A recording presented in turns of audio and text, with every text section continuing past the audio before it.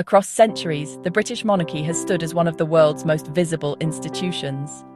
Crowns, palaces, ceremonies, traditions stretching back more than 1,000 years. But today, something is very different. The modern royal family is no longer seen only through official portraits or state occasions. They live in an age of 24-hour news, social media, and relentless digital commentary. And at the center of this changing world are the children. Children who did not choose their titles. Children born into extraordinary privilege, but also extraordinary exposure. Some are shielded carefully from the public eye. Others cannot escape it. Some are discussed endlessly in the media, while others seem almost invisible. But all of them share one reality. They are growing up inside one of the most scrutinized families on earth. Tonight, we explore the lives of the children of the modern British monarchy, their hopes, their pressures, their futures, and the question that quietly hangs over them all. What will become of the monarchy when it is finally their turn to decide its future? At the center of the monarchy's future are three young children: Prince George, Princess Charlotte, Prince Louis, the children of Prince William and Catherine, the Prince and Princess of Wales. George, born in 2013, is second in line to the throne. One day, if the monarchy continues, he may become king. But for now, he is simply a young boy growing up in an unusual world. A world where every public appearance becomes international news. Where photographs of a school walk or a family outing appear on the front pages of newspapers across the globe. His parents have tried to balance tradition with protection. They release carefully chosen photographs. They share moments of family life. But they also insist on privacy during school years. Princess Charlotte, born in 2015, has already shown glimpses of confidence and poise during public events. Observers often note her composure, a reminder perhaps of her great-grandmother, Queen Elizabeth II. And then there is the youngest, Prince Louis, born in 2018. Known for his lively personality and expressive reactions during royal events. Yet behind these charming public moments lies a deeper question. What does it mean for a child to grow up knowing the world is watching, and knowing that one day the weight of an ancient institution may rest upon your shoulders? Across the Atlantic Ocean, two other royal children are growing up in a very different environment. Prince Archie and Princess Lilibet, the children of Prince Harry and Meghan, the Duke and Duchess of Sussex, born into the royal family, but raised largely outside of it.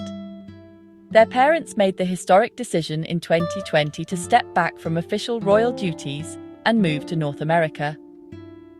Part of that decision was driven by a desire to protect their family from intense media scrutiny. Harry himself grew up in the harsh glare of the media. He was only 12 years old when his mother, Princess Diana, died while being chased by photographers in Paris. That trauma shaped his life profoundly, and it likely shaped his determination to protect his own children. Today, Archie and Lilibet live a quieter life in California. But even there, they remain part of the royal story. Their titles, their heritage, and their family connections keep them tied to a monarchy thousands of miles away. Will they one day return to royal life? Or will they grow up entirely outside it? Only time will tell. Beyond the most famous royal families, there are other children of the modern monarchy whose lives are rarely discussed. The daughters of Prince Andrew and Sarah Ferguson, Princess Beatrice and Princess Eugenie, have children of their own. These young cousins of Prince George live relatively private lives. There are also the children of Princess Anne, the late Queen's daughter. Her grandchildren, including Savannah Phillips, Isla Phillips, Mia Tyndall, Lena Tyndall, and Lucas Tyndall, grow up largely outside the spotlight. Why are some royal children constantly discussed, while others are rarely mentioned? The answer lies partly in line of succession. Those closer to the throne attract more media attention. But it also reflects choices made by their parents. Some royal families choose to maintain strong boundaries with the press. Others accept that public life is part of their role. And so, within the same extended family, childhood experiences can be dramatically different. No modern royal child grows up untouched by media attention. Even when protected, they are still discussed in newspapers, television programs, and online conversations. And today, the media landscape has changed dramatically. It is no longer only newspapers and television.